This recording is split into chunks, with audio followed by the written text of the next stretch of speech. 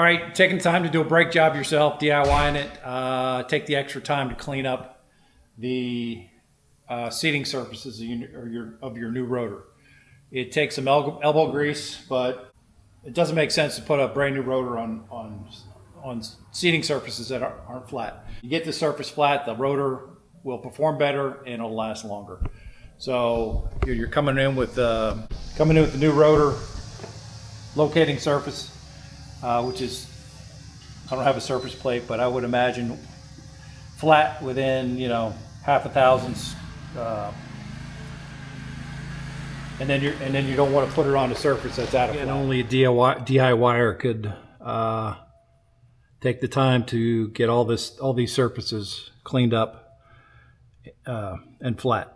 So I'm going to wire brush with my drill and a wire brush, and then I'm going to stone it with a bench stone, toolmaker bench stone, until I get the whole thing to clean up. That may take me an hour to do that, but I'll show the tools I use and what it looks like after. But there's no way this is flat. I mean, there's probably, if it's 10 thousandths, I bet it's worse than 10 thousandths. There's probably spots 20 thousandths high on there.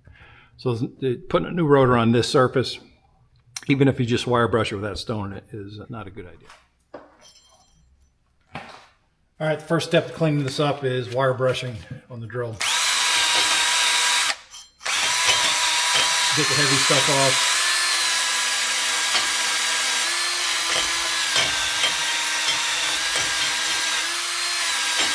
And I'm just concerned about the seating surface. The recessed area I don't really care about. Just the inner and the outer raised surfaces where the rotor actually seats.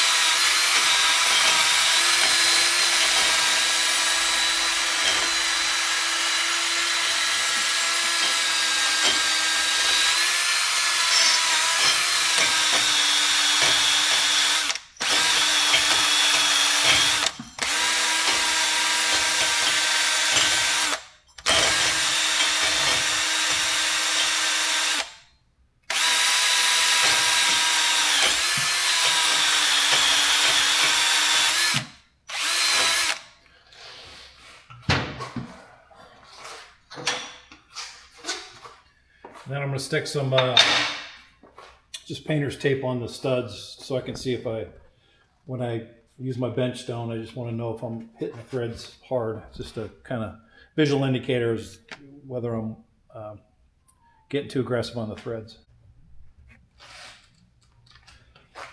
So this is the bench stone I use. It's 6 inches long, 2 inches wide, by about 600 thousandths thick, a little over half an inch.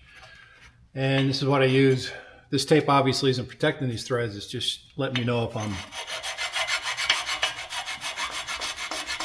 getting too heavy on the threads.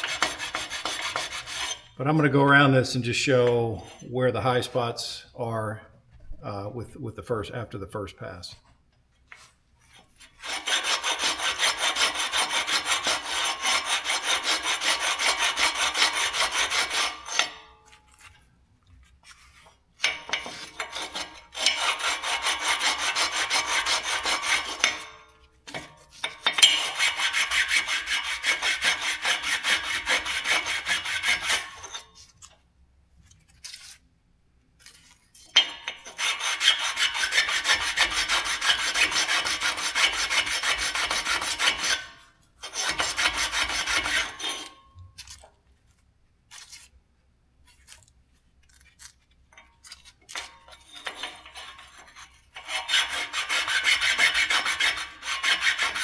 So you just rotate it around, go behind each stud with the stone on its side.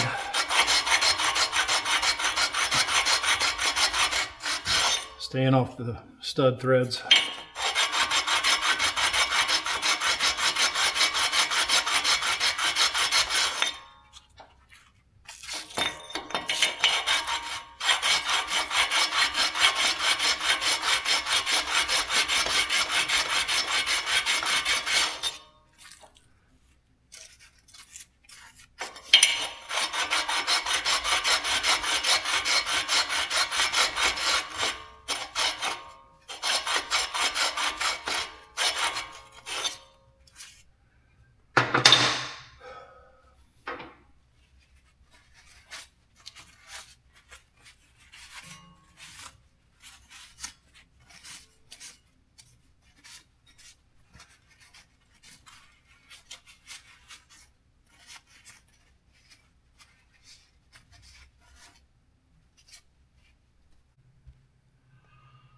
So you can obviously see where the high spots are, the shiny spots. They're all around the studs. And I want 360-degree contact around here. So I'm going to take my stone and stone until I get these dark spots cleaned up. And then I want to get, when I'm on the inside here, when I'm on the inside track, I'm getting no cleanup now. It's not even touching. It's maybe one little spot here, but it's riding on the outside race. So there's nothing touching here yet. So until I get those high spots down, I'm going to go until I get some cleanup on this inside race also. So yeah, I'm going to sit here and stone it by hand until I'm satisfied with it. All right, I'm done. That's as good as I'm going to get it. I've got the outside race cleaned up, but the inside, I only got a couple spots. So this could be another couple thousandths low, but as long as I got a high spot here for that rotor to seat on here, here, I'm just out of gas. I mean, I've stoned and stoned and stoned on this, and it's just, I'm crying uncle. I'm tired, my hands hurt, and that's as good as I'm going to get it. So that's where we're at. I'm going to call it quits here. And it looks like I didn't touch the threads hardly at all, so that's good. So that's what we're going back with. It's 1000% better than it was. I don't just looking at it, it's probably still, I probably have to go another 5 thousandths on this with sitting here by hand with this stone back and forth is I've gave it the old college try, and it's, like I said, much better than it was. So I'm pleased with that. That's where I'm stopping. Till next one, keep moving forward and get those brake rotors the best they can be.